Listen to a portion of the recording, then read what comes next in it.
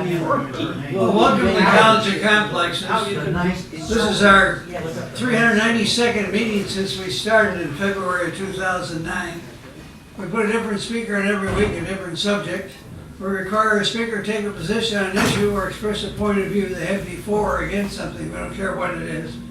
We give them an hour to make a presentation. If they're over an hour, we cut them off. If anybody interrupts the speaker, we remind the interrupter to listen only one fool at a time. It's one of our rules. Then we have questions and answers of the speaker from the audience, not speeches. Then we have remarks, rebuttals. Everybody in this audience that wants to gets 5 minutes at the podium here to respond to the speaker said for or against. The speaker gets the last word, gets a comment, and close the meeting. That's how it works. But before we introduce our speakers, we have any announcements? Now's the time for announcements. Anybody has an announcement they want to make? Merry Christmas. Merry Christmas. Merry Christmas. All right. Any others? Happy holidays. Philosopher's Forum has a meeting next Tuesday. We want to come up here and make it? Well, I need to figure out what we're talking about. Well, come on up here. All right.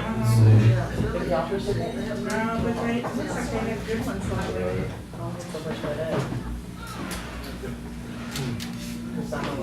There we are, philosophers. I just want to invite everybody to the Philosopher's Forum. We meet every second and fourth Tuesday from September through May. We skip Christmas week and the fourth Tuesday in May. But we have speakers generally on philosophical subjects, talking about artificial intelligence, to brain function, to sometimes history and law, and we have Q&A afterward. And the meeting starts at 7:30. People get there about 6 sometimes to start eating, so you can, spend an hour and a half talking about philosophy or whatever suits you before that. So anyway, I just want to invite everybody to come. We meet at the El Phoenix, which is off of Skillman, Delia. Question? $5. Oh yeah, it's $5. Sorry. Yeah, it's $5. Which day? Tuesday. No. Tuesday.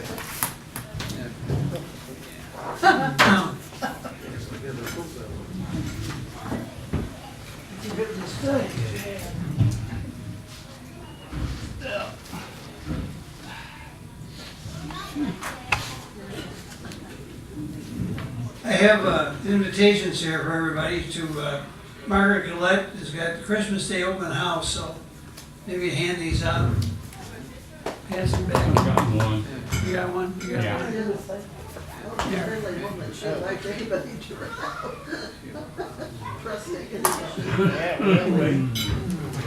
I must have 10 cars. Yeah, I'll send you one.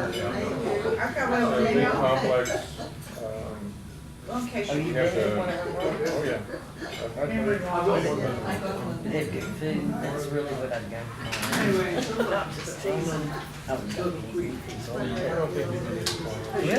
Okay. she had something else to do tonight. She stopped by my house and left me, so. Christmas Day. That's interesting. Next week is Paul Benson. He's going to talk about and why Dallas, untangling the mystery of Dallas's rise to prominence. It ought to be good. It's the last week of the year, Christmas. We'll probably have a Black Forest cake here. So. Yeah, we do that every year, or try to anyway. And I've been trying to get that. So. You have a reason to get free dessert anyway. Something. Anyway. We have that tonight. No, we don't have Black Forest cake tonight. Sorry. Cappuccino pie. Anyway. They had cappuccino. Tonight, Liz James is going to talk about on serious questions of CEO compensation, stock options, and benefits. She's been following politics and big business, starting at her parents' dinner table discussions. Do you need my glasses? She is, I probably think I could do without it, but I should have brought mine with me. I didn't. Sorry. She says, let me stumble through this. She was born and educated in Dallas, 34 years, a registered nurse and multifaceted career in Texas, Southwest, East and West Coast hospitals, and corporate nursing positions. She's an active volunteer in church, community, and political groups promoting democracy and better living conditions for all. Liz, who believes in the power of the informed voter, will discuss serious questions of CEO compensation, stock options, and benefits, which result, among other things, in undermining employees while management underperforms. She will argue and set the stage for what we can do to address and rectify this debilitating situation. So without further ado, please give a very, very warm welcome to Liz James.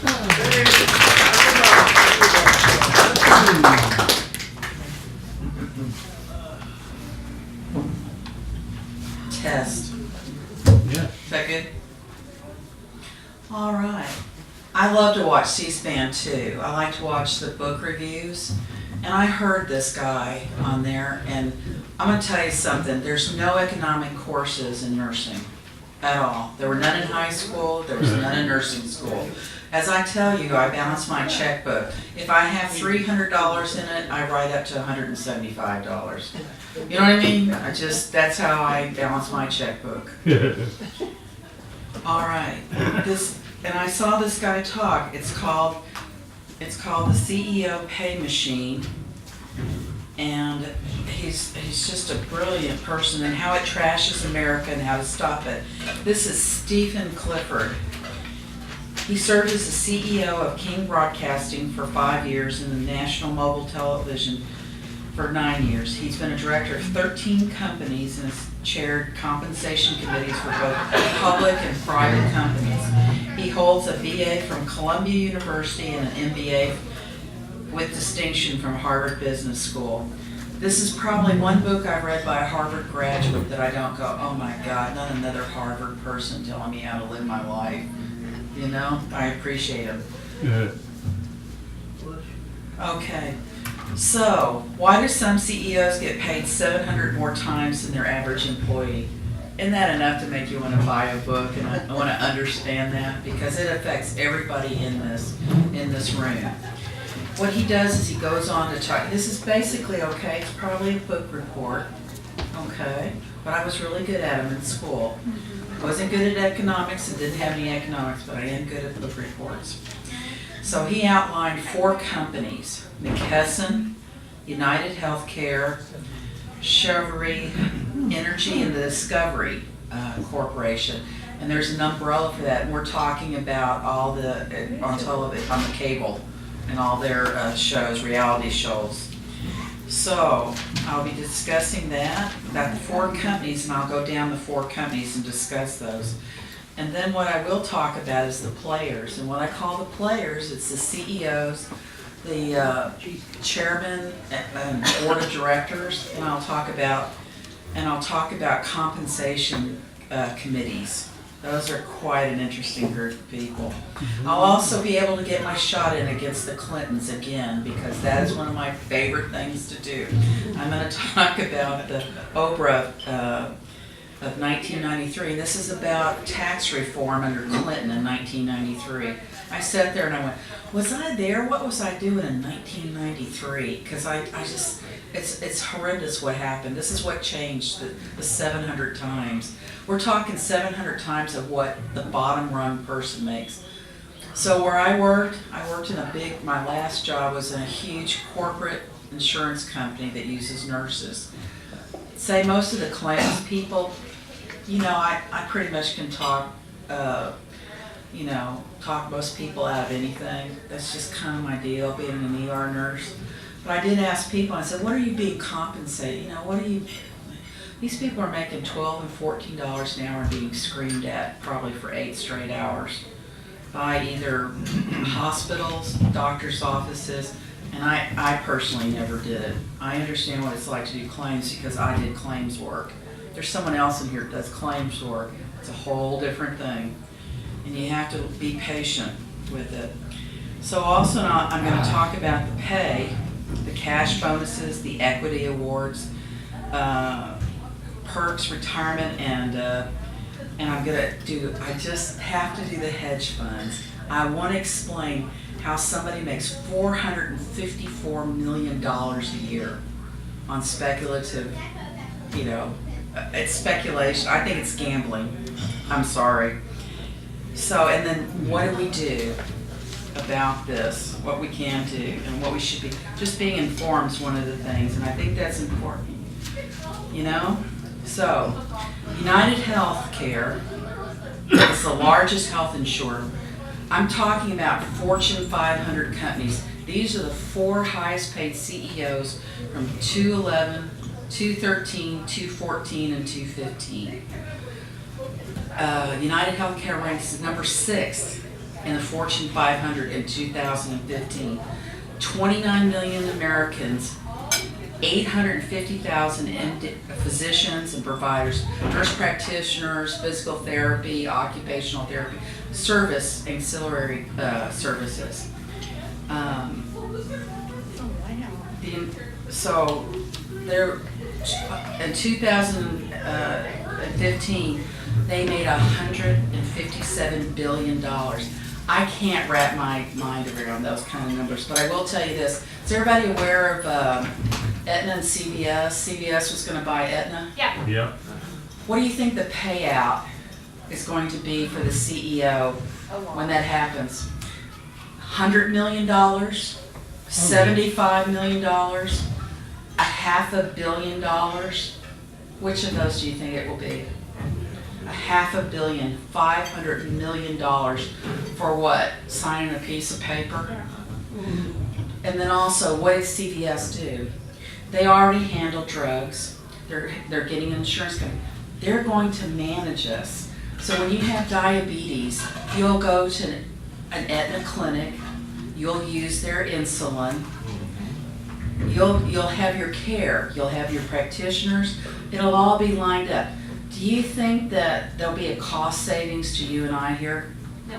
Anybody? Could be. No. Well, you would hope, and they always promote that, but in my experience in 34 years, I've not seen it as a whole.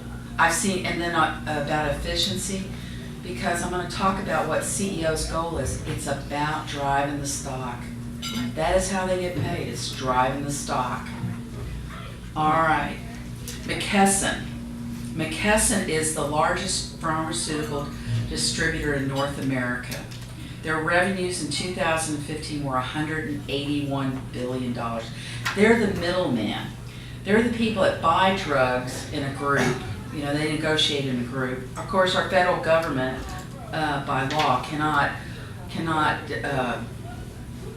get a competitive cost for Medicare drugs or the Veterans Administration, but yet McKesson can do this. Is that a lobbyist thing? Health and beauty care products, well, they sell it to Walmart and Rite Aid. Now, does that give you the scope of them? Okay. Stephen Hensley is United Healthcare. There's faces to these things. John Hammergren is the director, CEO of McKesson. So with that, over 2016, they just keep acquisitioning things. So with McKesson, I'm going back to McKesson with John Hammergreen. 2016, they acquired US Oncology. And if anybody knows about US Oncology, it started in Texas, it started in Dallas by an oncologist here. And he got together where he negotiated the prices and made clinics. Then he just put the model out, and then it became US Oncology, so it's all over the United States. Also, McKesson does software. They do IT and electronic health records. So there's times when I have to talk to a hospital because they use McKesson services. I was a clinical care manager, and I was talking to somebody that was not interested in giving me the information to know, so I could determine if those days, the length of stay in a hospital, should have been paid all the way out. It met our criteria. They literally, that was their job, to thwart me with who I worked for. That was an interesting thing. I learned to work around them. All right, so they also do health plan management and consulting services to physicians, healthcare providers. Okay, so there's two, the biggest. They're both in healthcare. Now the third one is going to be Shinry's Energy. Sharif Shuki, S-O-U-K-I, became the CEO in that. And this is, they never made money because they never earned anything. They were a speculative corporation because they were controlling liquid natural gas. Now they were doing liquid natural gas because we had a shortage here. Then all of a sudden we started fracking. Now we have liquid gas, you know? And then he goes, then let's go do, we messed up on that. Let's go do the transportation. Well, they messed up on that too because all of a sudden we started having plenty of natural gas here in the United States, and we didn't need to export it. Nobody wanted to import it either anymore. So he lost a phenomenal amount of money. But that was a company. All right, and he was the third highest paid. And they kept him on from 1999 to 2015 because he kept making what? He kept turning over the stock. That's what his job was. And he kept all the board of directors with this, and he knew how to raise money. That was his job. All right, the fourth one is the Discovery Corporation. That is David Zaslav. Probably butchering that one. Z-A-S-L-A-V. He is estimated to have made $156 to $224 million. They never can quite hammer down how much they really made. I always enjoy that. Of course, I don't know, at $156 million, I wouldn't be counting the change, would you? All right, that's a global media company. Programming, 40 languages, 220 countries. They own the Discovery Channel, TLC, the Animal Planet, Investigation, Discovery, and Velocity. That's just some of theirs. And some of you know that they had Dirty Jobs, Deadliest Catch, Unsolved Mysteries, and on the Animal Planet, my favorite, My Cat from Hell, and River Monsters. That was my favorite. All right. Now, going down the line with United. Stephen Hensley's only had 2 jobs his entire corporate life. He worked for accounting, and then he also did healthcare. So he's had 2 jobs.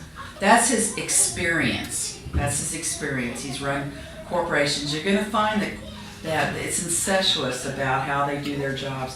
There's only it's like a certain amount of neurosurgeons. There's only a certain amount of gene pool for the CEOs. All right. Then with McKesson, his claim to fame is he was an ad man.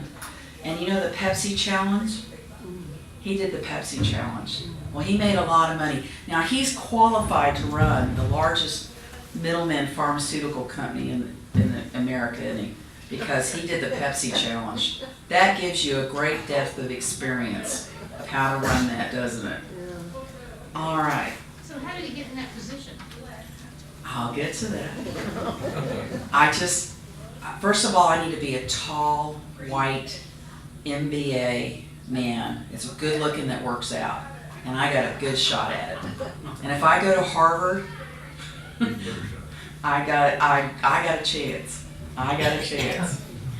All right, that's him. It's Discovery. Let's see. Let me get back to the Chandri's Energy. He was born in Cairo in 1955. It's about my age. He made $142 million between 2013 and 2014. He's a native Arabic speaker. He had an MBA from Columbia. You know, the big ones, Columbia, Harvard. They all sit in the same lunchroom, don't they? And his father was a journalist in Egypt, and he was well connected with business and the political elite in the Middle East. Imagine that. So he comes to the United States, opened a restaurant in Aspen in LA because he got seed money. He's really good at getting money, other people's money. Well, that did okay, but then he goes, Then he did other people's money and did oil and gas wildcat. Now, he really never was successful at the restaurants or the oil and gas wildcat, but he was well connected and he knew how to raise money. And they were always people that wanted to, the next best thing. So that's his claim. And so so from 2009 to 2014, he went through $50 million a year of losses with that corporation. And they still kept him on. They just kept going, we're gonna go to the next big thing. First we're gonna import, gas, because we don't have any. Well, that didn't work out. Then we're gonna do all the equipment and upgrade it. We'll raise money to do that. That fell through. And then finally, he retrofitted all the import terminals to export gas. That failed. And then finally they fired him. They finally fired him. And then we have the Discovery guy. You know how they always talk about if we just pump more money into the economy and these CEOs get this money, we're gonna get more jobs, aren't we? When they acquire these companies. So, what he did when he came on in January 2007, he cleaned house of the 25% of the Discovery personnel, mostly executives, so he could put his own guys in. Let's face it, that's what he did. He started moving from documentaries to reality TVs, and some of those were very successful. And then in 2014, what he did really didn't work. What made the Discovery Channel was the documentaries, and eventually people got tired of River Monsters and My Cat from Hell reruns. You know what I mean? It lacked the documentaries that attracted a lot of the people. So the Discovery stock in 2014 went down 25%, while the Standard & Poor 500 across the board all made a profit of 11%. So during kind of a bull time, he lost 25% of the stock. So we can congratulate that for him, can't we? All right, those are the 4 companies. Now, your question was, how do we get these people? Well, let's talk about the guys that get into these jobs. They're tall, they're white, and they go to school. Okay? So, pardon me with my notes.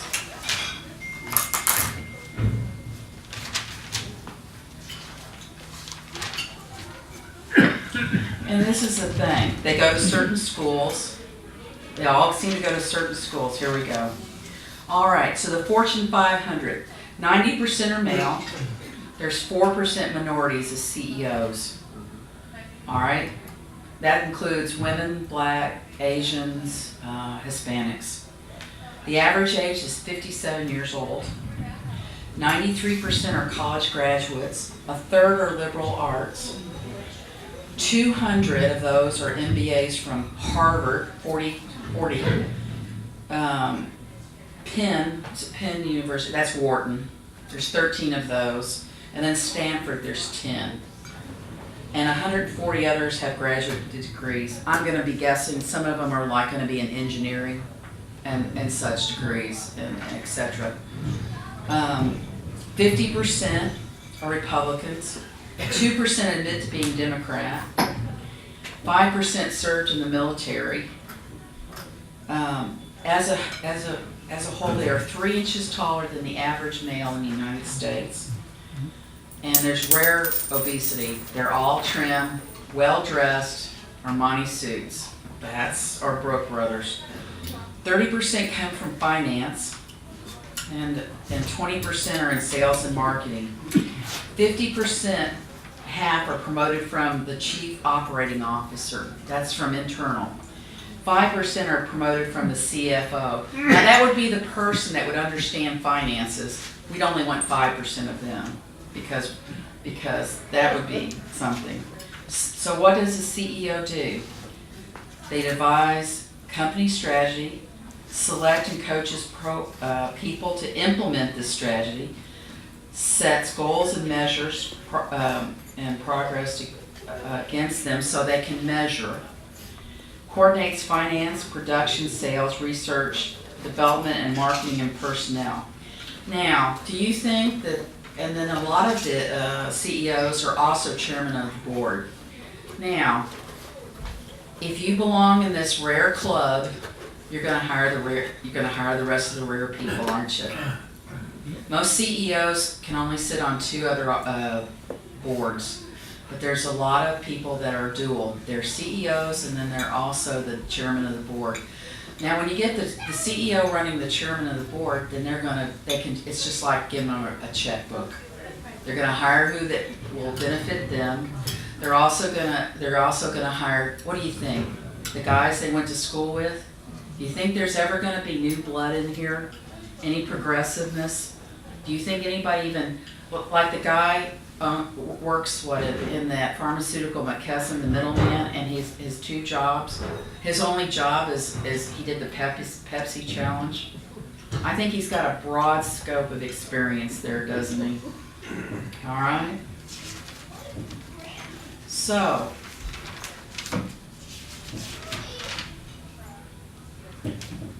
the board. So then we have the board of chairman, the board, and the board directors. Okay, United. Most of them of the top 500 are 66 years old. United, they get paid $369,000 a year. They usually go only to meetings. So what meetings do they go to? The annual meeting, the Christmas party, I'm sure, and what they contribute. They say it's like being in a club and getting paid for it, because let's face it, they're just basically there to support the CEO, and they also determine who will be the CEO, and I'll discuss that. So on United, there's the old guard and the new guard. Between 1973 and 1993, there were 2 females and 6 males. Then they have the new hires, 2007 to 2009. So do you see there's very little turnover, there's very little fresh blood. Do you think that United, that they understand a market driven for insurance? Do you think some of them really don't even understand Obamacare or the laws? But yet they're drawing those salaries. McKesson is usually 67 years old. 5/8 are retired. There's three females, 1 African American. So there's 3 females and 5 males. They make $289,000. Also, what you're not taking into account, if they need to look into what they need to do to prepare for the annual meetings and all that, their fees are around $3,000 an hour consulting. I need to make that kind of money. I need to make that kind of money. And then what's the cap on that? What does it matter? Who's paying for it? The shareholders. What does it matter? All right, with the energy companies generate, they make $180,000. There's 5 private equity leaders. That right there tells you something. Investment banking.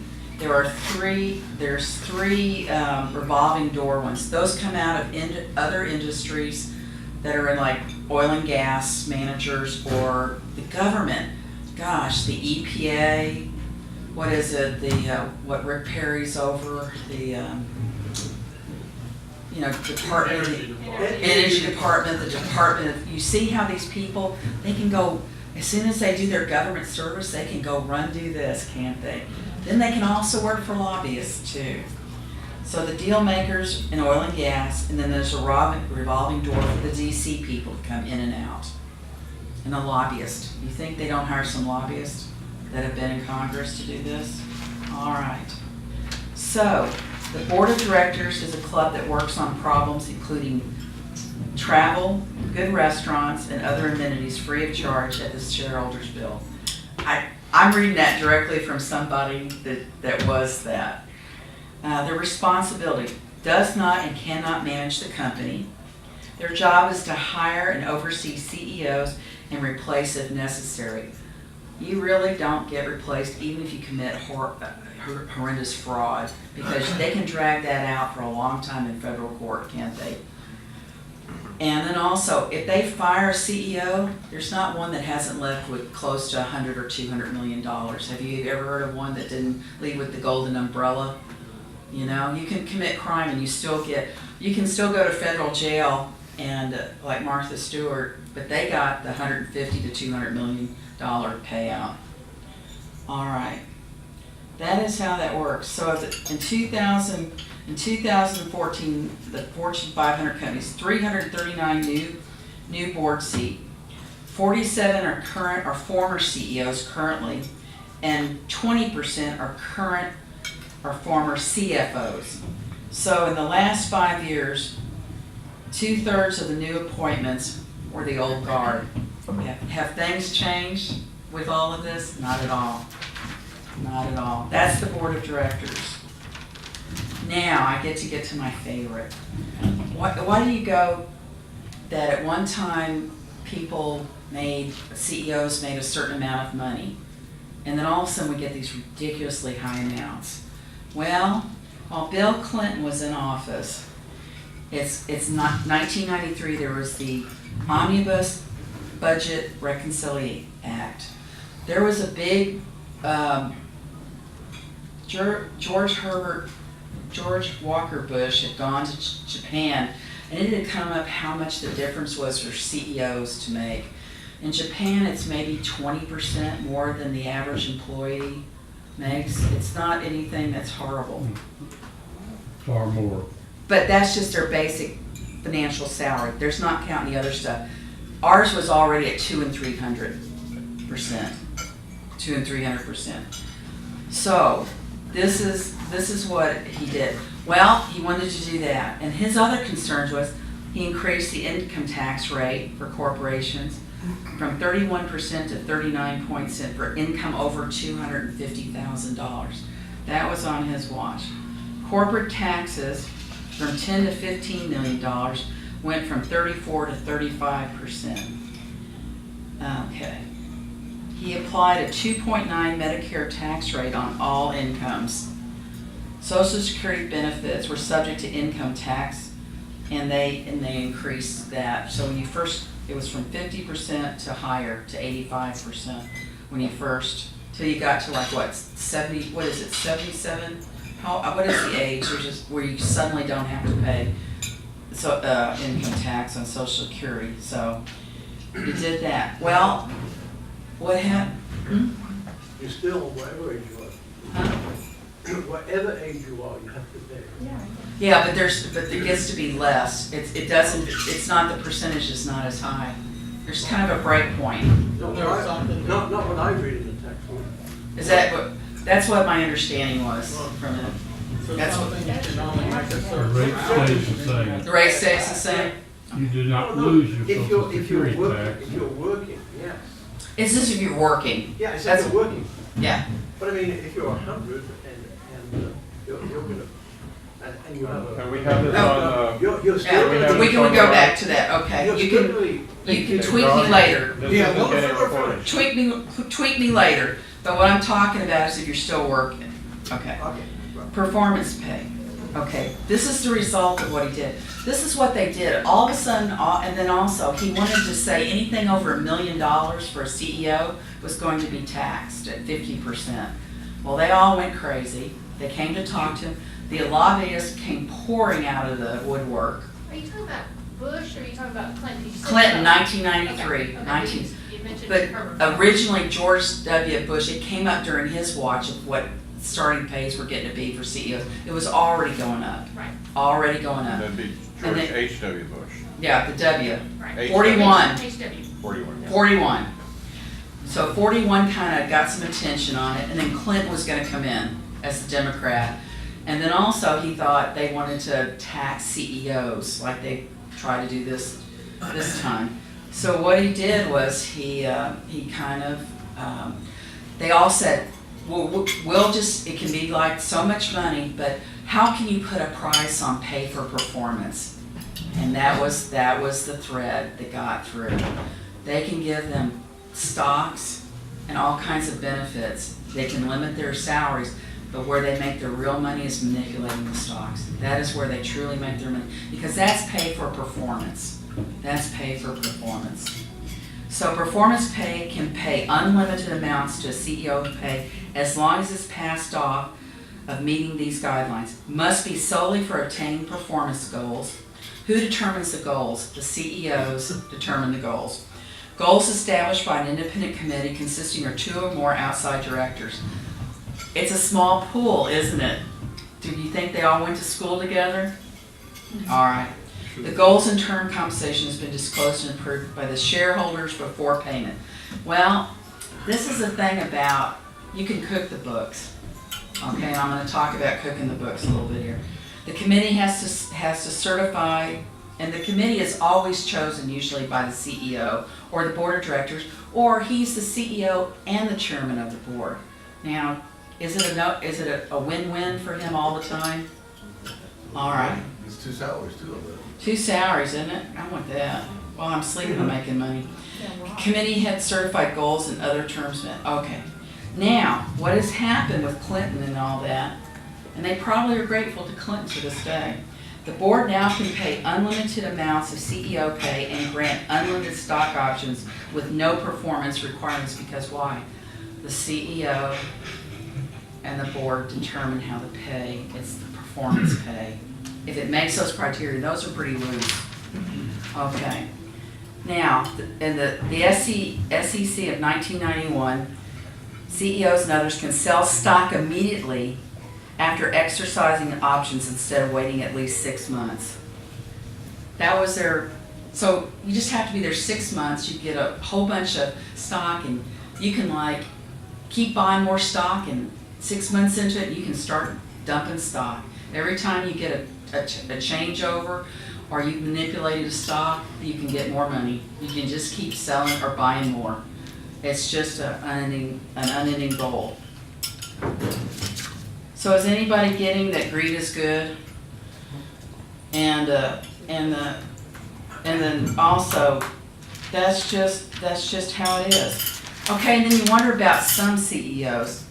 They're called founding CEOs. So Bill Gates is one. He gets $1 million a year. That's all he gets.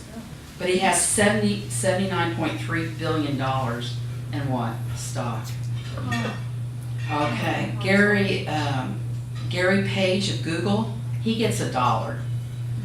His stock is worth $34.8 billion in stock. Okay, the Big Bezo, B-E-Z-O, the one of Amazon, he gets $81,000 a year. He is worth in stock $43.5 billion. Does anybody want that job? And then the average career length of a CEO is 4.6 years, because why? That's all you really need, isn't it? That's all you really need. Now, who determines the compensation? How am I doing on time? Should I talk faster? No, you're all right, you got 10 minutes. Okay. They're called compensation committees. There is no market for a CEO because what? It's a small group, isn't it? Athletes can take their skill to another team, right? So you're paying for that. You're paying for the people that can play really great sports. What are you paying a CEO? He knows one job, he's had 2 jobs, he's maybe had 3. He's been in the same mix the whole time.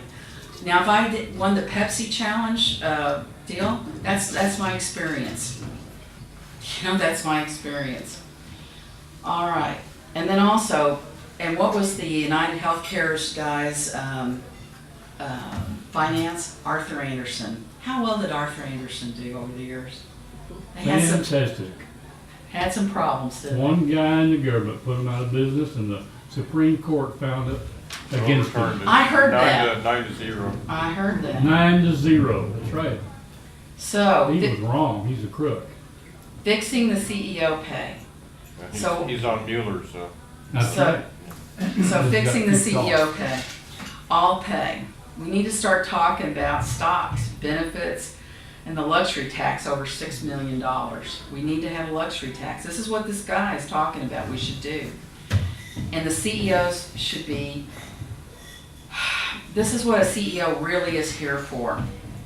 The CEO has a short-term focus. He's cashing his stock options. He's decapitalizing his company. That is his goal, is to capitalize it. So over the last few years, in the last 5 years, there's been $4 trillion in buybacks. Was this money invested in the United States? Was it invested in growing companies? Was it invested in the company? Did the employees make any money out of that? Did the shareholders really see a profit as a whole? Yes, Okay, fewer shares, same company. all right. I don't have any of them. So you have the corporate board that correlates with the CEO, always seems to correlate with him. And then you have the consulting groups. Well, who hires the consulting groups? The CEO. It's all the same swamp. It's all the same. And then also the SEC. Gosh, they seem to always kind of go along and not quite. They're always just short of running the football into the end zone about ethics and true changes, aren't they? So, we're talking about, so what we talk about is restricted stock. What they should do with these CEOs is like, you can't, restricted stock, there'll be time limits of how much you can sell off, the length of time, and then probably at the end, when you retire, then you can get some. You can get finally, it's graduate. It's not where they can pump and dump. That's what they call it, pump and dump. And that's what they do. So, I'm going to talk about the hedge funds. And I'm telling you, there's so much, this book is so rich. But I'm going to talk about the hedge funds because that's my favorite. That was when I went, really? Because I watched that show Billions on there and I thought, what about hedge funds? Okay. There are, in 2014, the top 25 hedge fund managers made an average of $464 million a year. Average. Now that's not counting your jet, your country club, paying your house, buying your house at a highly, what do you call it? Like your house is worth $2 million and they give you $3.5 million for it because that just kind of works good for it, doesn't it, to overpay for things? Because they can write that off, can't they? That happens. So, why do hedge fund, you need to give me the courtesy here. Why do hedge fund managers and private equity billionaires pay lower taxes than anywhere else? Because we actually support these people. Because lower taxes for a private equity hedge fund benefits all Americans. Has it done that for anyone in this room? And then also, Henry Kravis, the billionaire founder of a private equity firm, how do tax breaks for private equity benefit us? He goes, tax breaks create jobs. Okay. Well, when a private equity firm buys a company, they hire more people? No. What do? They lay off people. Because what? And then also, do they take their retirements? You know, they work off their... All right, so Steven Schwartzman, another billionaire private equity partner, spent $15 million on his private 60th birthday party. Think about all the jobs that created for event planners, caterers, and celebrity chefs and musicians. 15 million on his birthday? 60th birthday.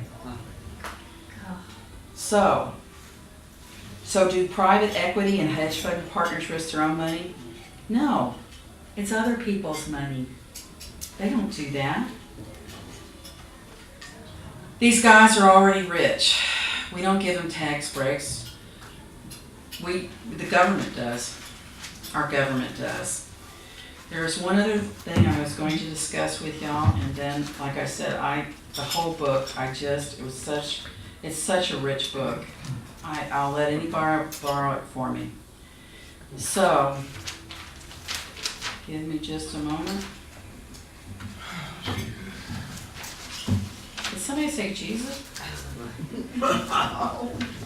He's not running a company.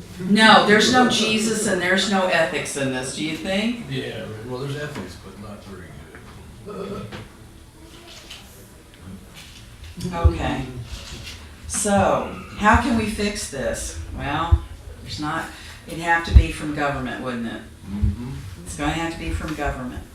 So, and this income inequity, let me just say to you, this is what I wanted to discuss. What is it in for me? If I added all the 4 top paid CEOs, all of them, that would be all of these guys. If we added all of them to, so John Hammergren of McKesson makes 145 million. So if we minus him down to 6 million, so every household in the United States would get $1.21.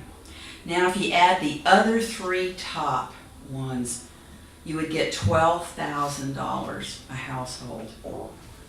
So if you had a median income of $53,657, when you did all of this, when you looked at the capital income growth, if you shared the increased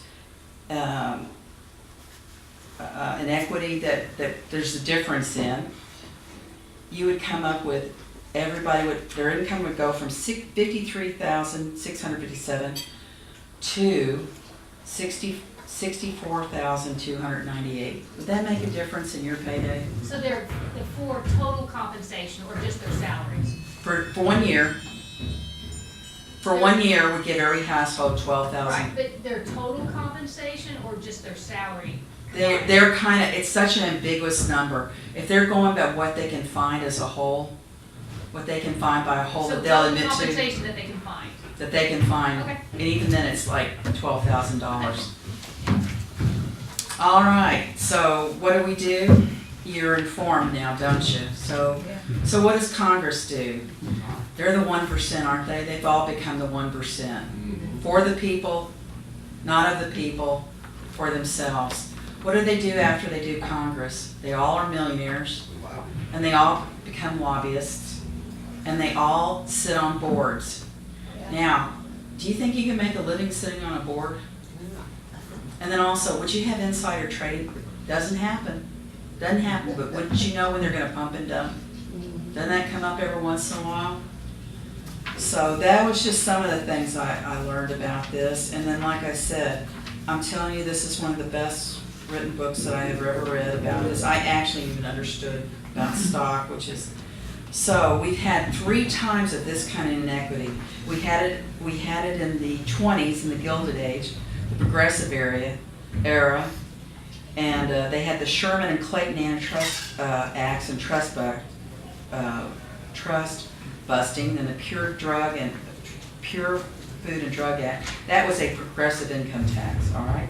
Then we had the New Deal in the 30s, included the SEC minimum wage and maximum hours for workers. Who do we know that's about that? And then the Social Security. And then the Glass-Steagall Act to regulate banking and financing. How's that been? The FDIC to guarantee individual bank accounts, and the Wagner Act, which is supposed to be the Magna Carta for labor unions. That's what I'm reading here. Anyway, we're now at our 3rd peak of income inequity. Can galvanize America to reform itself again. And this is what Winston Churchill said. You can always count on Americans to do the right thing after they've tried everything else. Let's begin with CEO pay. Jesus. Need to stay up there for Q&A. You just stay here. Oh no, Yes. not that. You get to answer questions. Any questions? Who wants to be first? Oh, I will. Go ahead. Oh, shall I speak out or you need? Why is this thing not going on? It's gonna squeal. It's not working. Question? Sure. Would you think it would be possibly a good idea that they do some kind of penance besides having to give up all their possessions or money, or perhaps render some sort of community service to the poor in some sort of little cute little outfit, you know, not necessarily a dunce cap, but something that makes them stand out. An Not orange- exactly an orange black suit. and white stripes, but An orange suit with handcuffs. Okay, this is, okay. Yeah. William Buffett, how rich, God, I think God's the only person that's richer than Warren Buffett. He's set, over 20 years, he's set on 55 boards. He is approved every time the CEO compensation, because that's part of his job, isn't it? So I have a problem with somebody that's done all this charity work, which, you know, Buffett and, what is it, Gates have given, what is it, together they've given a lot of money away, All the money. all their money, but they still kept this system going. So there's 55 boards he's sitting on, and he won't sit on a board unless he owns it. So you gotta pretty much pay the piper. Also, what do you think Clinton and some of these guys sell their, yeah, you can have me sitting on your board. How much are you gonna give me? I don't think I'm $285,000. I'm Bill Clinton. There's some people I would pay to be on board because I think I like Bob Gates, I like Mathis, Jim Mathis. I think those people, but also, you know, I feel like they have ethics, but I always say that, but who knows? What about a market solution? I'm just posing this as, okay, you know, in the ideal, it should be a case where some employee-owned corporation or a corporation with a much less greedy CEO would be more competitive than some of these abusive ones. They're smaller companies, these four aren't. We're talking Fortune 500. So what is The thread runs through the Fortune 500. It's incessant, it's its own swamp, isn't it? There's no deep state in that, it's a swamp. So what constitutes the glass ceiling? I'm 56 years old, I'm tall, I'm 3 inches taller, and then I went to Harvard, Stanford, or Columbia. My father, what is it when you're, 3 generations of Harvard? Yeah. I mean, are they gonna let Martha Carlson come in to McKesson and talk about how shitty their software is when I document on their electronic Mars? Do you think one nurse ever consulted on that? Ready? You said 1993 that Clinton, something happened when CEOs went from what, 200,000 and it jumped up into the millions? Is that No, right? it's like, Oh. it's a percentage. It's like, there was a kind of, the inequity just started riveting because what it is like with every bill, they attach something on it. Every bill, they attach something on it. And he was raising taxes, and he was raising corporate taxes, okay? Corporate taxes. Do you think the lobbyists came out and swarmed him? When he said $1 million, well, you can't tax us 50% for after $1 million. So how about we do this? How about performance for pay? And guess what? We went from maybe 20, you know, like more income equity between the highest paid to the lowest, then we just went. We started hitting like the millions, the three. It's like $100 million, $200 million, $300 million. Yes, did the author get into the fact that every market is rigged? Yes. Yes, he did. A lot. Yes. And by the way, it's pump and dump and trash and cash. That's a good one too. Because it's pump and dump to get the stock going up, whatever it is, and you're trashing cash to send it down. So all these hedge funds, you know, watch the market. I mean, I watched this AMR. I think it was a coal stock. Over a month, it went up 20%. 1 week down 20%. Next week up 20. I mean, these markets are obviously being driven by big money. You've got to put in big money to drive these markets, and every market is driven like this. Every market's rigged.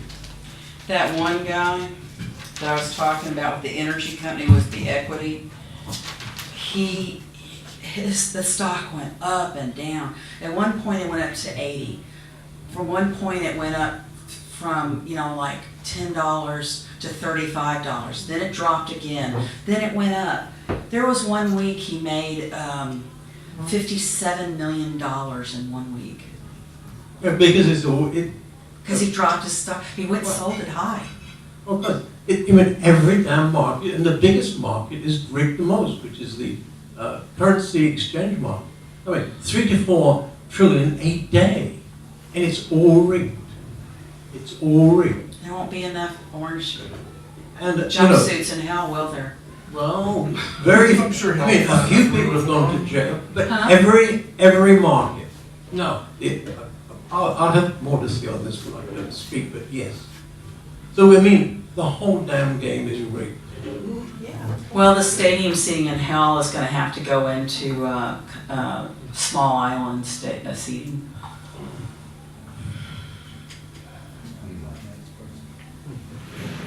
Just philosophically, just to go really big picture.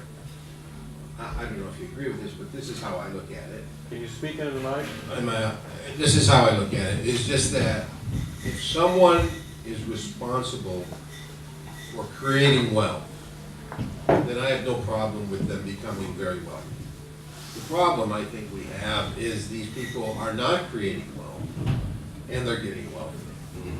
So, I mean, just because, so I'm just saying, some people out there, just because they got high compensation doesn't inherently make them bad. It's No. that they're not creating any wealth and they're getting wealthy. But none of that money's going back into infrastructure of their companies. Nothing's going back. They lay off these acquisitions because every time they make an acquisition, they're going to lay off somebody and absorb the. There's all sorts of tricks. What they do is they can borrow all this zero interest money. They buy back their shares. That means the number of shares go down, so that your price to earnings ratio goes up, so the price of the stock goes up.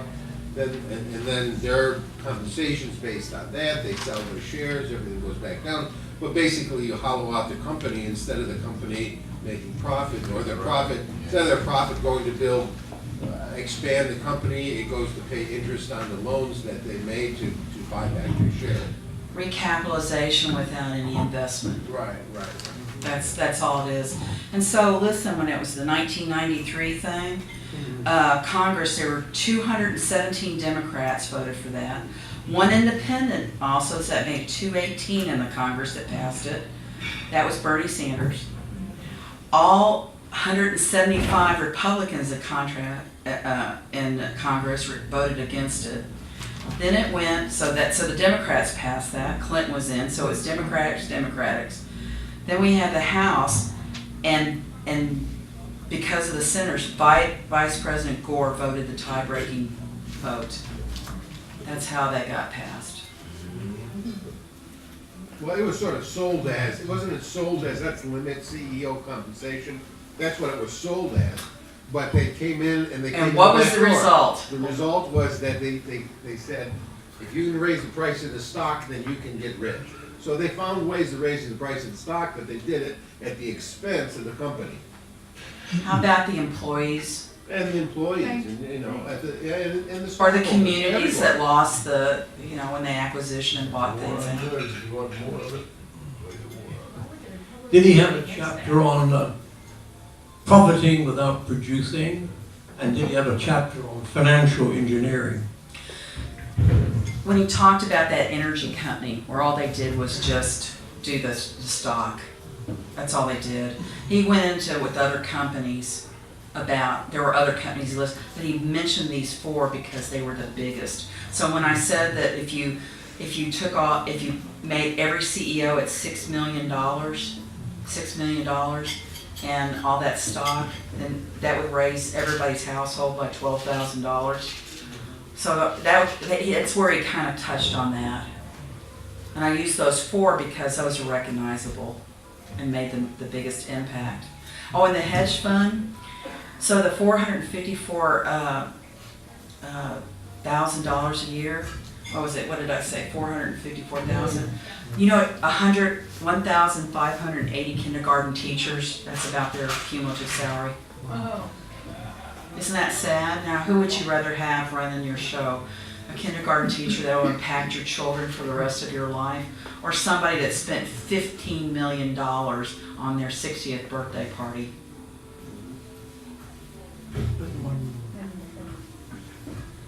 Well, this is kind of a philosophical question, and I don't know if you've made this observation or not, but it seems, except for the exception of perhaps of Bernie Sanders, most of the people promoting socialism are these rich CEOs and people with billions of dollars riding around on their jets trying to sell us on some kind of global centralized government. What's your comment? I like how they talk about the footprint, the carbon footprint, as they are in a G6, what is it? Like Gulfstream jet? Gulfstream jet. One of the guys was, his biggest claim to fame, he says, I bought the first of the best Gulfstream that came off the line. That was what I did for this company. I got us noticed. That was great, wasn't it? That was great. That's their ideas. Decreases reduce your carbon footprint. Well, we've talked a lot about executive compensation, which generally is made up of three major components: salary, cash bonus, potential gain from stock options. Right. And some goodies, which has gotten harder and harder to deduct from the company's federal income tax return. In other words, it's hard for you to have three yachts anchored down in Miami if you're working up in Cleveland, you know. But they can fly their jet down there with their friends and their wives. I read a study, I don't remember if it was in the Wall Street Journal or New York Times. They took the compensation of the top executive of the Fortune 500 and they made it zero. They gave it to all the employees of the companies, the 500 companies. It added up to $98.72. That's the simple math of the matter. So those are big numbers. They're disturbing to look at. And there are abusers in some of those companies. As an accountant, I can tell you I've refused to work with a lot of them because they're just crooks who operate under the umbrella of public companies. Some of them are private companies, but a lot of them are public. And there are some scumbags out there. But take a minute and explain to the audience, which has not been done, how a stock option works. I'm not that good with it. I'm really not that good with it. Well, may I explain it? You may. Yeah. And now, What's your You want to wait for the rebuttal period? Well, it gets totally detached from what I'm going to ask next. ask a question, don't. Okay, go ahead. All right, I asked the question. Now I'm going to answer the question. All right. I work for the company. They pay me, I work for TI. My base salary is about $100,000. Don't answer. No, excuse me, it's about $1 million. My cash bonus in a good year might be another $1 million. And I may get stock options to buy 20,000 shares of TI stock. The stock is trading at $30 a share. When they hand me that, they have to disclose it in the financial statements. When I started working as an accountant, you didn't even have to tell anybody. That was under, quote, under the table. Now you do have to report it. But this year, when they hand me those 20,000 shares, you know how much they're worth to me? Nothing. I don't own them yet. I have the option to buy them. And they fix the price at what it is right now, which is, let's say, $30 a share.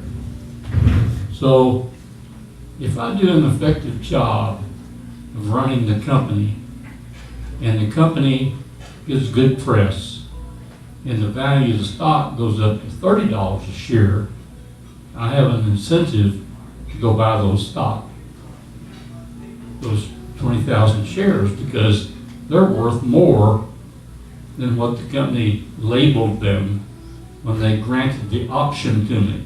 They didn't give me the stock. Stock doesn't come out of the employee's pocketbook. What the stock option does, if it's exercised, it thins the ownership of the other shareholders. Because instead of having maybe 1 million shareholders, you have 1,000,001 shareholders. Let's say the CEO. What's the question? What's the question? This is a question period. I asked a question. Do you know how a stock option works? You've now explained it. Most people don't know. They just hear that used in a dirty, scumbag term. These corporate corrupt executives are getting stock options. Well, I do have a comment to this. The Discovery, the man that ran the Discovery, he didn't, they as part of their compensation is that they have to meet targets along with it. Now, the target can be sometimes as little as just buying another company and increasing the work. Sometimes it doesn't mean anything. But they'll cook the books on how the company makes money because they can adjust it with the stock and all that. He blamed 1 year, business can be year to year, you don't know what's going to happen. But 1 year, they were filming a documentary on Mount Everest for the Discovery Channel, and they had one of the worst avalanches and snowstorms in history. And that effectively shut down a $3 to $4 million, and they estimated, well, we don't know, because if we would have put it on his Discovery Channel, who knows what we would have made from that. And he still got his money. They projected what they thought the loss would be. How many of these executives are there? It's 500 companies, there's 500 CEOs. And then also, how many combinations are there? They've really stopped letting people be both. That's kind of gotten out of, I think the Wall Street Journal, they've hammered enough at it. Also, some of the other newspapers, that that every once in a while they actually realize their press rats them out. But they're not that concerned because they're still making that much money, aren't they? Did you catch the news the other day that the hedge fund manager, his company managed to lose 220 million. He paid himself 270 million that year.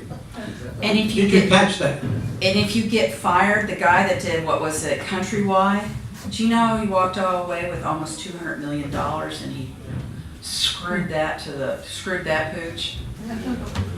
What about if you got Donald Trump? The one I liked was the banks that needed bailouts, and once they got the bailouts, they gave bonuses to their CEOs and board members. Yeah. I thought that was pleasant. Also, Texas Instruments. My dad worked for Texas Instruments. My dad was a corporate security officer for Texas Instruments. He worked for the main company. My father could not buy stock because it was considered, he was paid a straight salary. He had retired from the Dallas Police Department. He was an investigator, corporate for fraud. Within, every once in a while someone would get a corporate credit card and go buy a hot air balloon in Albuquerque, New Mexico. He got to go to Albuquerque, New Mexico and chase down a guy in a hot air balloon in Albuquerque, New Mexico. So he could not, because he was in security, corporate security, they were exempt from buying stock. Yeah. And then also, after so long, there's a badge. Everybody gets a colored badge at TI. There's gold, silver, different levels. My father was never going to get promoted, and my dad did his job so well. They actually came after my father and wanted him to account for all his business expenses. Now my dad, I've got my dad's dog tags from World War II from the safe the other day. I have got my dad's uniforms from Fort Benning, Georgia. I know that my father is he's creepy. obsessively compulsive about documents. But they came after my father. He says, I got the writing on the wall. I'm too good. I have caught somebody they didn't want caught. And he left. Okay? He lasted about 3 or 4 years. My dad was really good. My dad knew FBI, he knew Dallas Police, Texas Rangers. You can be too good at your job in corporate America. My last question on this, how much more government do we need to deal with this issue, and what is going to be the cost of regulating the CEO pay? I think that there needs to be true transparency. I think that the fix is, there's a whole chapter on the fix here. I think that stock should be restricted. I think that they talked about that. He talked about it. And then also, the salary should not be $200 million. They should be, what's wrong with $6 million?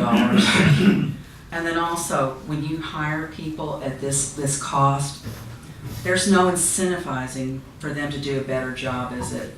All they want to do is do the stocks. All they want to do is get their buddies in there to keep feathering the nest. You know, their whole job is to butter their bread while they're there. Well, you mentioned $6 million. Do you realize that with that you couldn't buy a new Learjet? But your company can, your company can, and you can get, there's one guy in here, okay, did we just have a president? How much did he spend on travel? $110 million in his lame duck administration. Oh, I got an Obama in.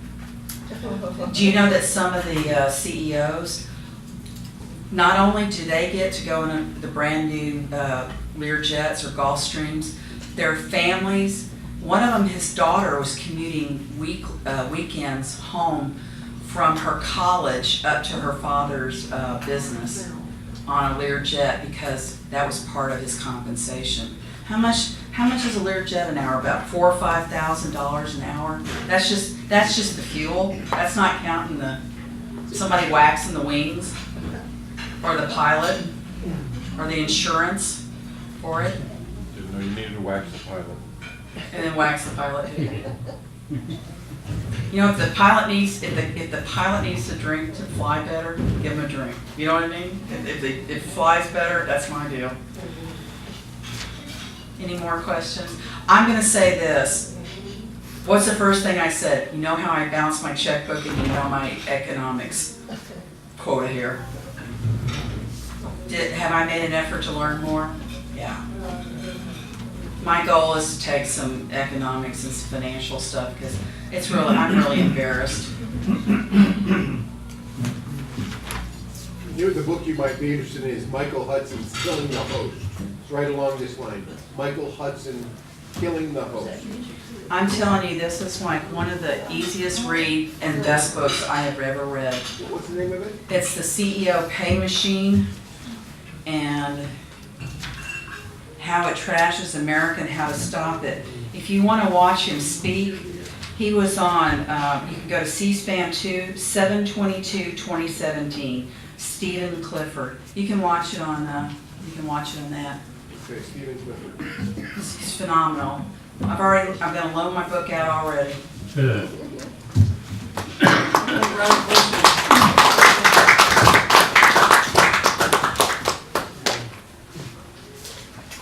Okay, now it's your turn to talk. So you get up here and respond to what the speaker had to say. You got 5 minutes.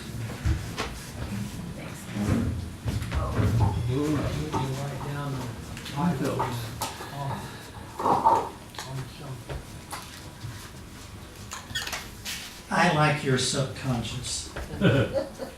Because it always outs what it's thinking. You were talking about these corporate strategies, and you pronounced it tragedy, and I think your subconscious was trying to say tragedy. That was it. You have it, you have me. You mentioned Martha Stewart. Interestingly, it was the same day or the day after Martha Stewart was first accused of insider trading. That was the big deal. But that day or the next day, there was once a news broadcast that Barbara Bush had done the same insider trading with the same stocks.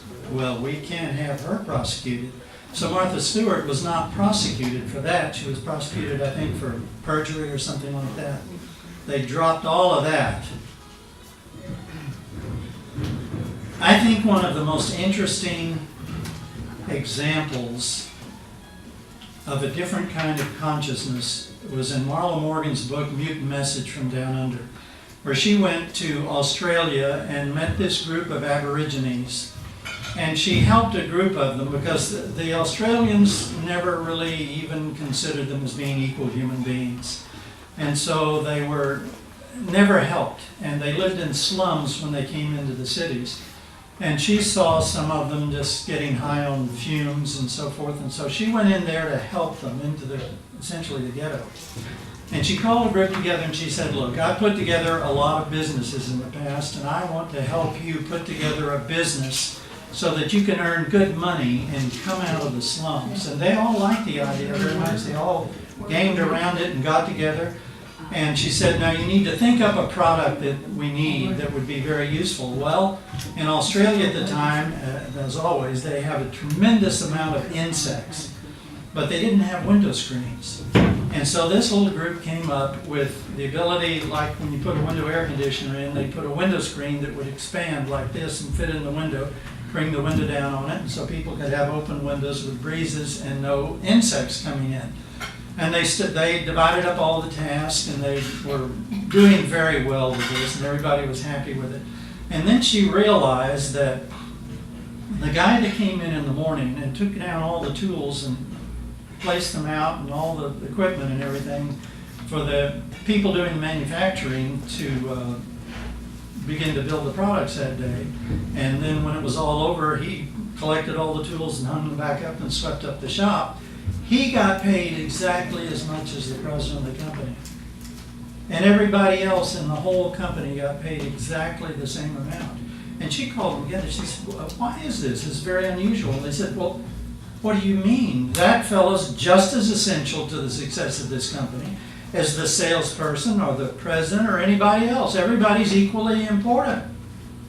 Well, now, to me, these Aborigines are far more Christian than any Western society I've ever heard of.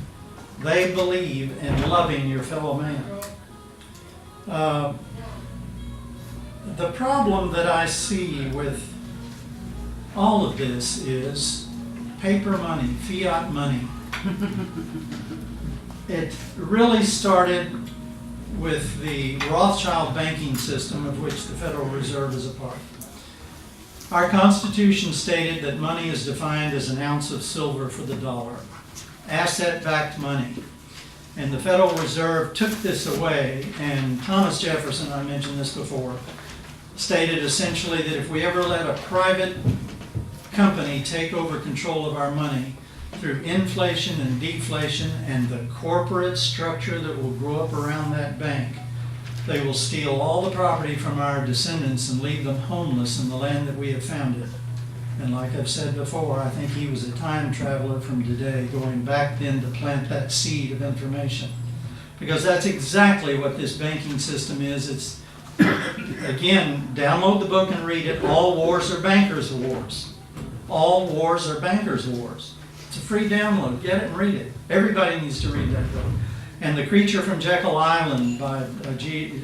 Edward Griffin. Everybody needs to take an examination on that in order to pass into adulthood, in my opinion.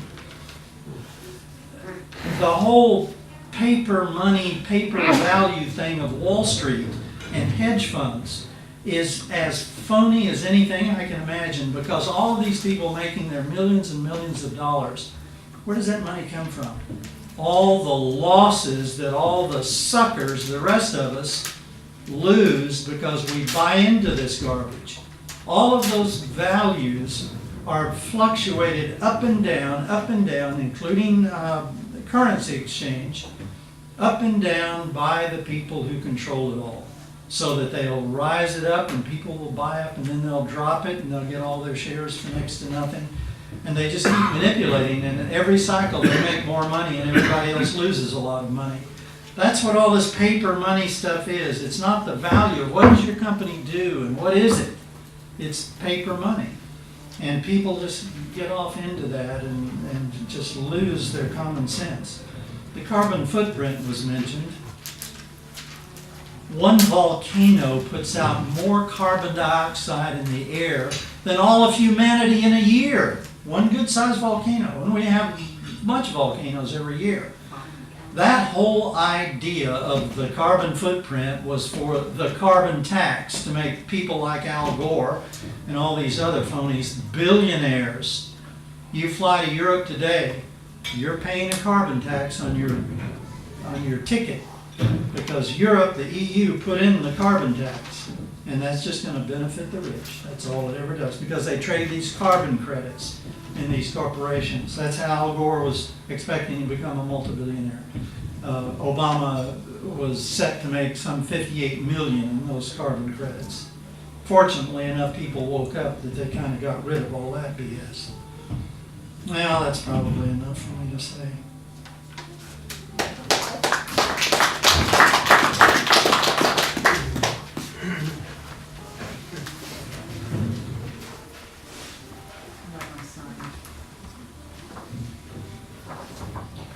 Well, I got part of it, but I'll never make a 3-inch white man. So I don't have the qualities to be one of these CEOs. While you were presenting on this, however, I was very interested to recall that at least at one time, sometime back, the country with the most billionaires would surprise most people. That was Mexico. And the billionaire class there, plus their parliament or whatever they have for government down there, are again these 6'3", surprisingly white Castilians. Spanish origins. Spanish or German origins. There's a lot of Germanic influence there. A lot of, and so I was really more interested in fact, what you were saying about kind of the class consciousness. Is this something about us as primates that we seem to segregate ourselves in these things and deliver all of the great riches to these people who would make good warriors, we think, or something? I mean, maybe we need to do some self-examination on this. The one thing I'm not really thrilled about is I think there is one thing that is sometimes almost equally as much of a grave error as greed, and that is envy. If I were going to contest anything in the speech, I would contest the idea that if all of the money was distributed, every family would get a $14,000 check, because I've had the figures run on that before in other instances, and usually it doesn't work out to anything really that significant. I will note that that was one check 1 year, but usually when we find when these great emoluments, if you will, are distributed, it doesn't amount to helping at all. It doesn't help the average person.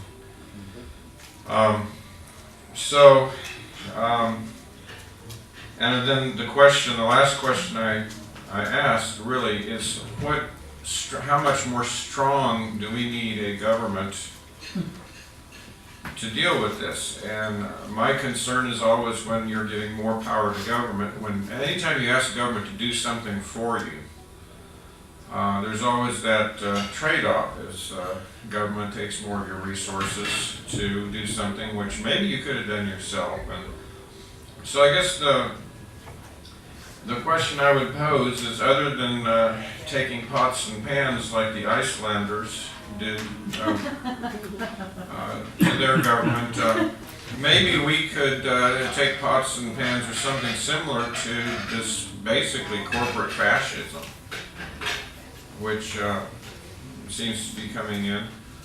And just one other thing to note is people think that fascism and socialism or Marxism are two different things. But it's interesting that almost every time that you've had Marxism implemented, there's kind of been a corporate fascist structure. Even in Stalin's Soviet Union, you had Armand Hammer, the rich industrialist who got a pass on everything. So I think what I look to is empowering the individual and moving away from centralized control. If you want to regulate it at any level, I'd say, well, why not let the states regulate it? Well, better than letting the government regulate it, just my opinion.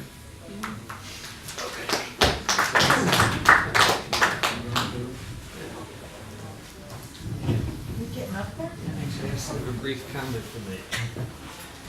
It's the first time I've ever stood up here. I just welcome to the party. Thank you. Are you running a fever or something?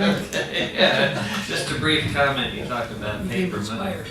I was. So I had something I can comment on. You know, so about paper money. The first government ever in history to experiment with paper money was the Chinese Empire back in the 12th century. And after less than 20 years, the Chinese emperor himself had to intervene and put a stop to it by imperial decree because it almost destroyed the empire. You know, so yeah, the emperor himself had to step and say, no more here. So it tells you about history of paper money.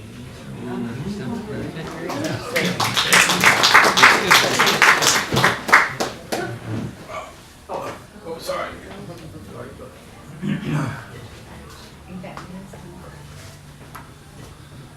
Well, I guess the point that I think of is if you want a CEO to increase the price of the stock, well, he'll increase the price of the stock. And you can do that by increasing the earnings, or you can do that by increasing or decreasing the number of shares. So if you borrow a tremendous amount of money against your company, you buy up the shares, those shares goes off the books, the price-earning ratio goes up, the price of the stock goes up, he gets all his options, sells them, and gets rich. But all he's done is traded the equity in the company for debt, and that's certainly not what the intention is. The other way he could have done it is he could have increased profits. If you increase profits, well, then that creates jobs, and you have to build factories. So I would say that perhaps, and I know I haven't given anything a great deal of thought, but if you make his compensation based on increasing profits, perhaps it would work better. That was the whole chapter. That was the whole chapter I couldn't get out, so I don't know what it means.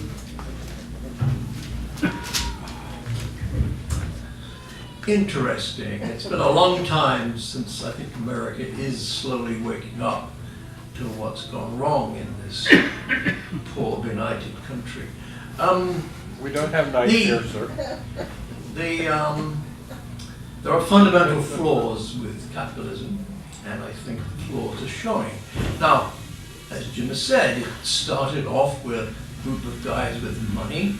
They decided they want to invest in a new promising thing, and so they didn't particularly want to run it themselves, so they appointed a board of directors to run it for them. The board of directors then chose a CEO, right? Sounds sensible.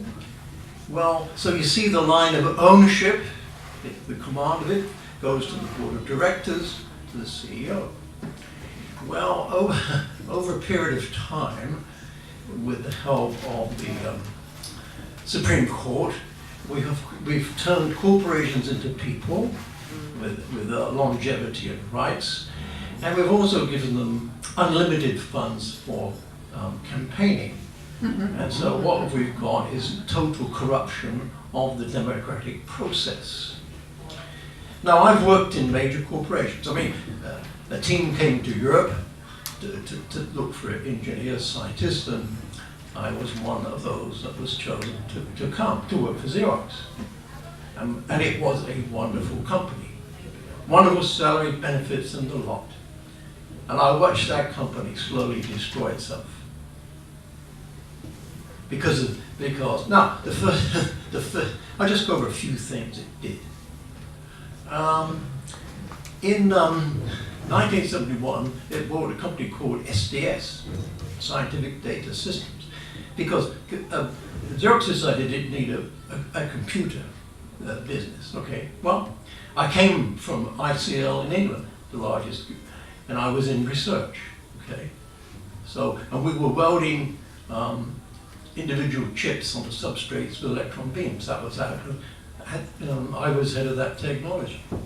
So we'd have a much more compressed surface board, actually. It would reduce things by at least 50%, or 500, sorry, more than 50%.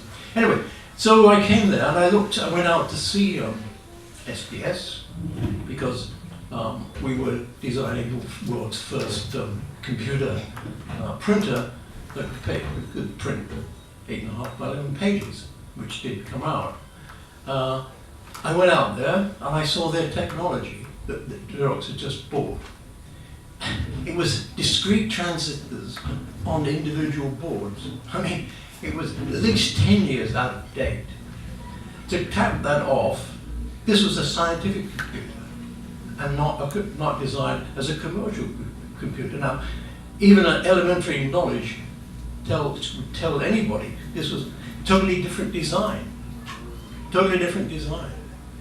So, and also, it was said by the pundits that Xerox paid $1 billion for a dead horse before it hit the ground. Yeah. I mean, so that was the first mistake. That was the first mistake. The second mistake was to say, oh well, we know these Japanese are coming to the market with their little copiers, but you know, we don't make money with them. And so guess what? The Japanese come in and they sell it, and they get all the low-end market, and then they come in with bigger ones and bigger ones and bigger ones until they're competing head-on with Xerox. The other blunder, even a more major blunder, was they started Palo Alto Research Labs. This is in the early 70s.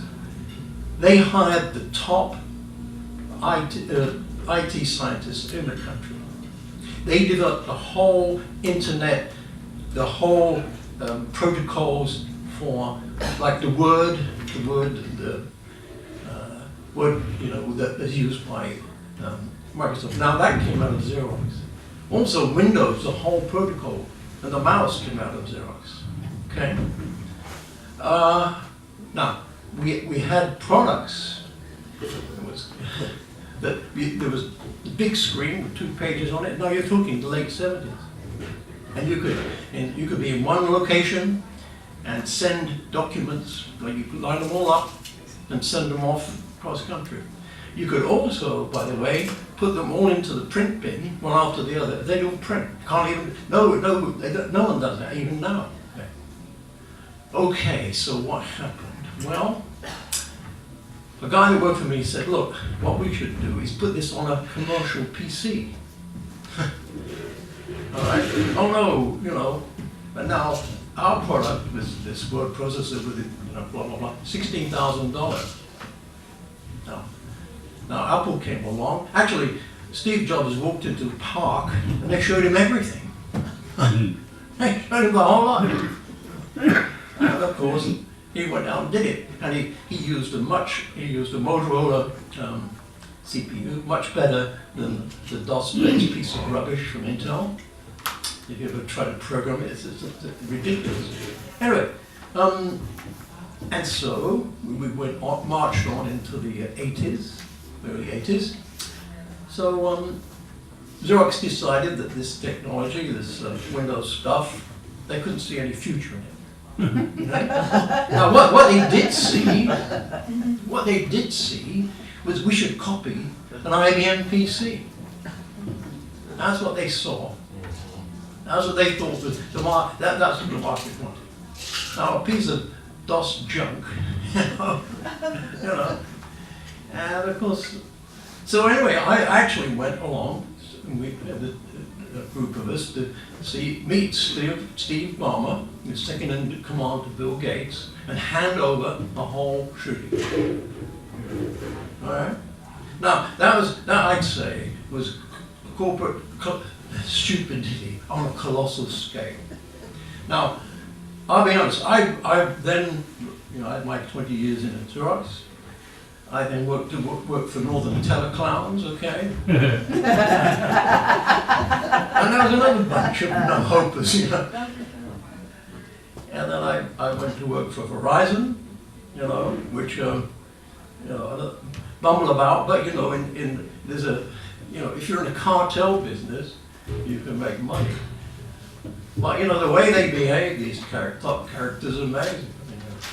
I mean, I spent one New Year's Eve, my dad was over from England, and he was waiting outside for me. New Year's Eve this was, but we were going to go out to eat. And there was this group of top executives, and they had this consultant group, I think it was like one of the top ones, I forget which one. Anyway, they were arguing over this document. And I got so fed up with this, I said, stop! This is what we're going to do. We're going to go through this line by line, and you're going to initiate the change, and we're going to go right through this and get this done. Now, these characters were Verizon. It was their bonus. They had to get this thing done, and they would get their bonus. I would get nothing out of it. I just want to get out to see my father and go off to eat. You know, I'm sorry. I've never seen great intellect in top of corporate America. I've never seen it. Now, it may well be there, it may well be hidden, but I've never seen it. Now, let's get back to corporate way it operates. Okay, well, stock options, which is the main driver really of corporate pay, really, it's not the salary, it's the stock option, weren't always there. But back in the late 70s, I think, they decided, well, we should give the CEO stock options because, of course, his incentive will be to increase the value, and that will align with the shareholders. Okay, so fine. His job is to increase the price of the stock. Now, that is easily done. Easily done. You can fire people. And in fact, I think that there was an equation which said something like, you fire 10% of the people or something, and the stock will go up by 20%. I mean, there's some equation like that. It's in my book, Sabotaging America, if you care to read it. So that's what they do. They start firing people. And guess what? They kind of, well, you know, we don't need to do much research. We'll actually start selling buildings, right, and leasing them back. And so look, Jim, you know what I know. You know what this is. Financial engineering, you can make black white. Okay? And so for a short time, you can make that company look wonderful. Okay? But problem is, you're gonna wreck. It's all short term because that's their horizon. Like 3-4 years and I'm gone. That's what Nardelli did with Home Depot. Yeah. Anyway, but the only people who care about the long-term aspects of the company are the working people, and they have no say. And if anyone does get up and complain, they get fired. Now, John asked, what can you do? There are a couple of things. Number one, you can have actually pay for performance. Now, I was on this 1200 computer printer came out in the early page a second, made a mint for Xerox actually. There were several problems, and I was given a whole lot. So what we did, we tracked every failure in the field, and we said, who's responsible for this failure? Is it engineering? manufacturing, sales, who is it? And so we apportioned it. And we went back to these people, and I went back to the engineering, the manufacturing, we went through the whole damn thing. Now, you can do the whole thing same with a company. Every person must be responsible for something in the bottom line. Now, I proposed a whole system of running a company to Oracle based on doing that. And I said exactly how you would do it. Because if you're not somehow responsible for the bottom line, you shouldn't be working there. Now, many people don't know, oftentimes, they don't know what they're doing, what they're contributing. Now, the question there is about CEO pay. I would say you can tell you could measure actually what contribution that guy has made to the bottom line. Okay? And as I think I said before, sometimes a janitor can be more important. Because that guy, you walk into a company and it's sparkling, looking great. If the CEO is a known idiot, guess who's more valuable? So really, so that's one way of doing it. Second way of doing it is what I've always promoted, economic democracy. Look at how Mondragon works in Spain. It's employee owned. Now, they get people from every department, shop floor, middle management, finance, whatever it is. They're on the board of directors. They hire the CEO because it's their company. And if he screws up, they fire him. Okay? So that's what I would do. Now, the other problem is, and I've seen this, I mean, look, we came up with 1200, and then there was a 9700. That was in the early 70s. That was 3 pages a second, based on the 9200 copier, which was much better printed, much better quality, blah, blah, blah. We wanted to turn that into a computer printer, not a copier. We had that we set up in Rochester, that's where we were then, before we moved down here. That was on the books for 3 or 4 years, waiting to go. Now, why? Well, it was only when IBM announced their computer, and Kodak did, that the guys up in Stanford woke up and said, boy, all right? There's a huge risk aversion at the top of these companies. Because, we don't want to make a mistake. Now, this country needs good engineering and take risks, okay? So now what we do see in America, where all the new innovations these days come from, and the products. It's not America anymore, very much. Because you have to, the system is against innovation, is against innovation. Now, the whole, look, the same applies to England. I'm not just knocking, America. Same in England, only worse, actually. When I left England because I could see, from day one, engineers are not paid anything. Okay? Even then, at any time. Certainly not then, certainly not now, certainly never. Who are rewarded and paid in England? The damn crooked bankers who've screwed the country ever since the late 19th century. It's really the City of London would rather invest overseas than, that's why we lost our competitiveness. Same here. So, look. So anyway, John, I think there are 2 ways I would change things. One, the way you work out who does what and who should get rewarded. And that's purely an accounting system, which I proposed to Oracle, but maybe it didn't understand it. Or secondly, have an employee-owned company and where the long-term interests, because like in Germany, typically they do invest for the long term. And by the way, the Chinese are doing that, the Japanese are doing that. But when you're worried about every quarter and the share price, it's the wrong thing to look at. You've got to look at the fundamentals of the, what are we doing? Who's our customer? You do market research to figure out, but you have to come up with your own ideas.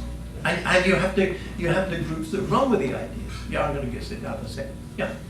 So, because it's people, it's not the guys at the top that are brilliant to have ideas. Bill Gates never had an idea in his life. I mean, the first product they had was Gee Whiz Basic, and he didn't do that either. So, I mean, but you've got to have people with ideas and let them run. And you got to, look, education, you've got to train the people, and the best ideas, that's where they come from. Okay, in all fields, arts fields, science, engineering, everywhere. Designers and so on and so forth, architects, the whole. This country, unless we have a proper education system, where the best people, the brightest people get the best education, and then they're given a chance to run with it, which is why I've talked about funding startups. Yeah. All right, that's my message all the time. Now sit down.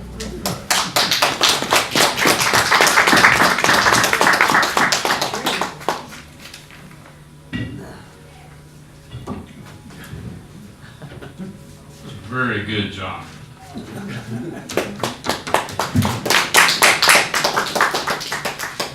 I'll reiterate one thing that he did say, and I have said this before from this podium. I've had the fortunate experience as an accountant, as a CPA, to work in firms of different formats. While going through school, I worked for 5 years for a big insurance company in Dallas, and 1 year for one company and 4 for the other. For the 4 for the other, the founders were still there. There were department managers who'd been there for over 30 years. Quality, they did a fine job. So I had an exposure to that. I got out of college, went to work for a CPA firm. We had public company clients, private company clients, a lot of different industries. A lot of them were in healthcare, like our speaker referred to tonight. I had the Baylor College and the College of Dentistry, who my wife spent her final 15 years with. We had all the daughters of charity hospitals. Richardson General was one of my clients. Anyway, worked for all those companies. Then I went to work for a privately owned group of companies that the founder died the year I went to work there, had 2 sons. Oil business. He was very innovative in the oil business. And he was a master at getting pension funds from New York and other people to invest money in his projects and then go out and make a lot of money with those projects and send it back to New York City. They loved him. He was honest. While there, I had the privilege of going to the Petroleum Club, the City Club, the Engineers Club, and sitting and listening to all these executives talk. So you can hear people get up and say things about them. I've worked with them on a daily basis. And I would say this. I'll go back to that. I'll say this about those people though, before I forget. They are like any other sample of people you would find out in our society. I don't care if you're talking about teachers, or salesmen, or doctors, or dentists, or attorneys, the whole gamut. There's some really fine folks, and there are a handful of crooks in every group. And I had as my job after getting out of college, and I've told you this, for about 7 years of catching the crooks. I became masterful at it. Did I catch them all? Heck no.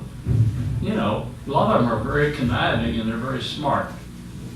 And if you have 2 people connect with one another to be crooked, you almost can never catch them. One person doing it by himself, they'll inevitably trip. But we've had a lot of different, I've had a lot of exposure to a lot of different companies. And that's the main thing I've learned about it. I worked for a company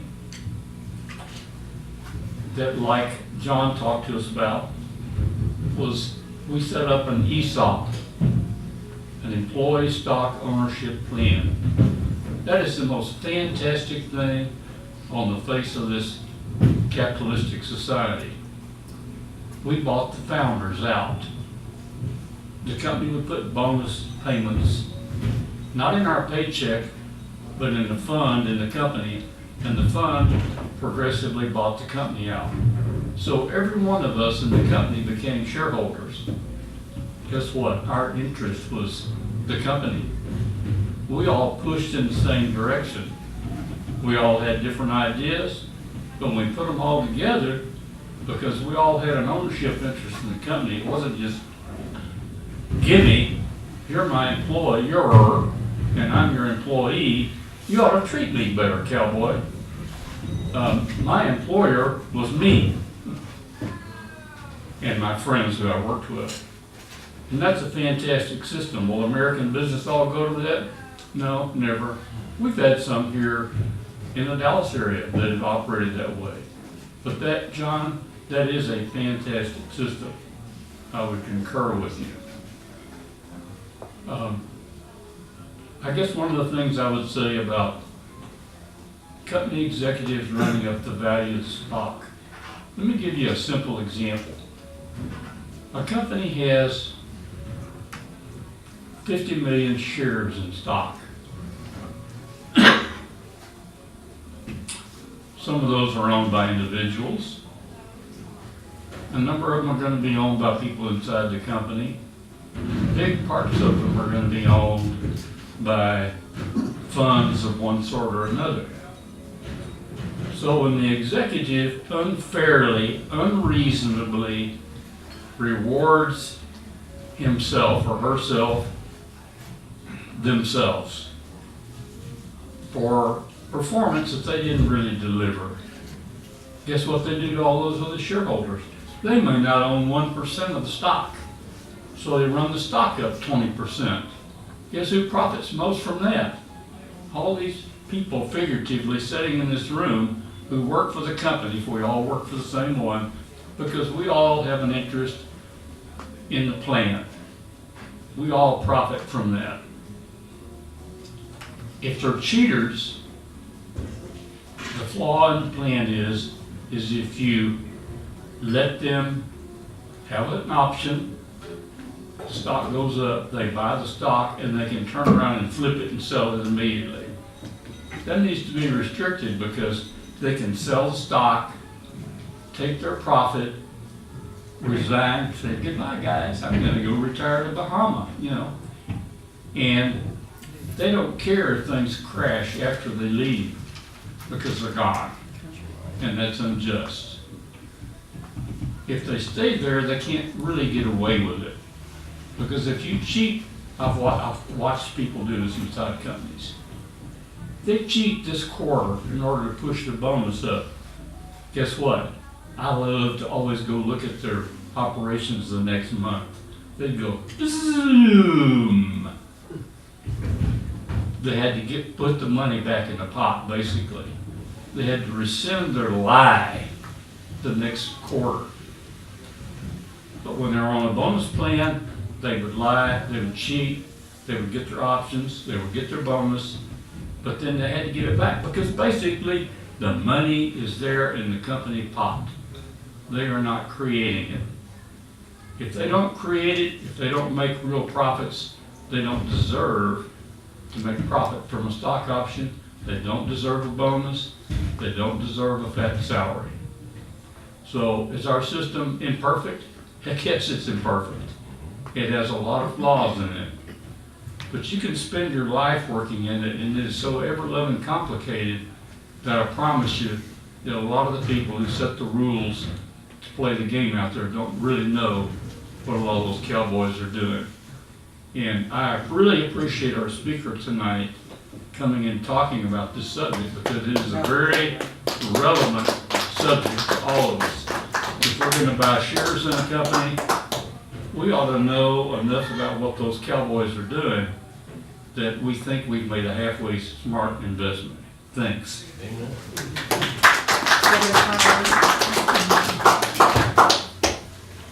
Everybody else gets, I didn't read the last one. Okay, I didn't know.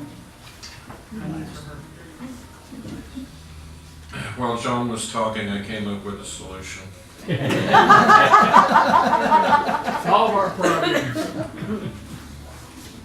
Hire an actor to play CEO. It's gonna be much cheaper. Have your accountant, your IT people, somebody who really knows what's going on. And then treasure your people with skills. The man on the street, the guy who's got the experience, the nurse on the ward, whoever really knows, make sure those people have a voice. As long as it's a charge nurse. As long as it's a charge nurse. And one other thing is, Stepan Molyneux gave a really good talk on socialism. And if anybody wants to get on the list, I'll try to get a pen and paper together and give me your email and I'll send it over to you.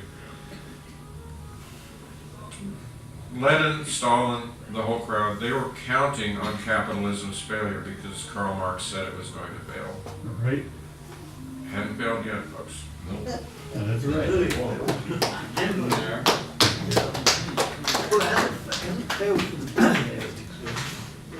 I guess I'm the last one standing, so I want to thank our speaker. You guys all thinking here tonight. It's a quandary. We have the original corporations that were launched in this country they were set up for a short period of time. They were set up for a purpose, to build a bridge, to do this, to do that. And when the project was done, the corporation was done. Then the corporations gradually, they turn into what they are today, which is not a good thing, because we've got corporations bigger than governments, we've got corporations bigger than countries, and that's happening. And we have, in our country, I came from the union movement. I was the chairman for a labor union for 20 years. I understand that business and how it works and so on. But what I've seen is a lot of corporations have left the country. They've gone to go where labor costs are cheaper. They left the society here holding the bag. England, John brought up, has done the same thing. Corporations leave town, they go where labor costs are cheaper. We haven't done anything about it. We haven't tried to stop them. We're afraid to stop them. We're all caught up in this business. We get the best Congress money can buy. That's another problem we have. Corporations control the government. If you're trying to get the government to move against the corporations, well, they're the ones providing the money for the elections. They're not going to do it. So that's the real problem. As I see it, that's part of the problem we have. Glass-Steagall, for example, was set up to diversify money so that banking could only, you had investment banking and different banking, but you couldn't mix them up. You couldn't have the derivatives you have now. You didn't have this gambling in the stock market. That's happened. We really haven't addressed it. So you're looking at solutions. What are the solutions? To me, one of the solutions that get the government away from corporate control would be to have Congress vote to have free airtime the last 90 days of a general election. I think they'll vote for that because there's no history of a challenger being an incumbent in this century, number one. Number two, they'll get to keep the money they raised and they get free airtime, so they won't be worried about a challenger beating them. But what will happen is if the challenger will also get free airtime, but within a certain amount of time, some challengers will beat some incumbents, and when that happens, everything will change. They'll end up representing the people who do the electing instead of representing the people behind their vote in Washington. I think that could happen. Then beyond that, once you have Congress representing the people that do the electing, then you can put tariffs on corporations overseas, like all our corporations. Apple produces everything in China, they don't produce anything here. If they put a tariff on it, what would the tariff be? The difference in labor costs, the difference in environmental protections. the difference in transportation costs, difference in taxes. That's what they have to pay to ship something here and sell it here. If they don't want to pay the tariff, which they don't want to pay, they'll produce it here. They'll have jobs. So then that's what you wanted to do in the first place. So then you'll have jobs here. Then you might be able to shorten the workday if you want to, because we've got 25 million people in this country that are either unemployed or underemployed. We have a real problem with that. I think it was Will Rogers said that if you give a worker money, it'll be spent, it'll be gone, it'll get to the top overnight. And so you have to take care of the majority of the people of this country, rather than just a handful at the top. So anyway, I better shut up while I'm ahead. You get to respond here.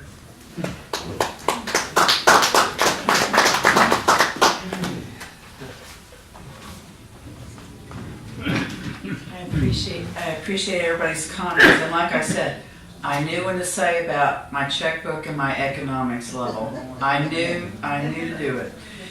So there are 4 founder CEOs that don't have MBAs. Amazon, John Bezos, Howard Schultz, Starbucks, Bill Gates, Microsoft, and Steve Jobs of Apple. None of them. 2 of them quit college. So does Michael Dell. Michael Dell, right. And then also, Steve Jobs went corporate. He hired a CEO. Guess what his CEO, John Scully, did to him? Fired him. For 10 years, Apple almost cratered. And guess who they hired back? Yeah. Steve Jobs. All right. So with this, what does the average, this is one thing I did, it was on the back of one of my pages. What's the average CEO of a Fortune 500 company spend his time? 15% of his time is working on his own. That's kind of a scary thought, isn't it? 60% is in meetings, and 25% is in phone calls and public events. And then this is my quote. This is by Calvin Trillian. The very fact they devote, CEOs, their lives to making more money than anybody could possibly use indicates they behave in a way because they want more money, because they don't know any better. That's all they want to do is make money. That's all they know is to make money.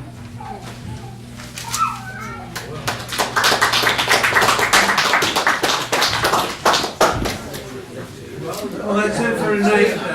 Our formal meeting's over, but they kick us out here at 10:30, so we can, and our speaker as well, talk to our speaker here, wherever you want to talk. See you next week. Well, there you go. I got a sign. I got a sign.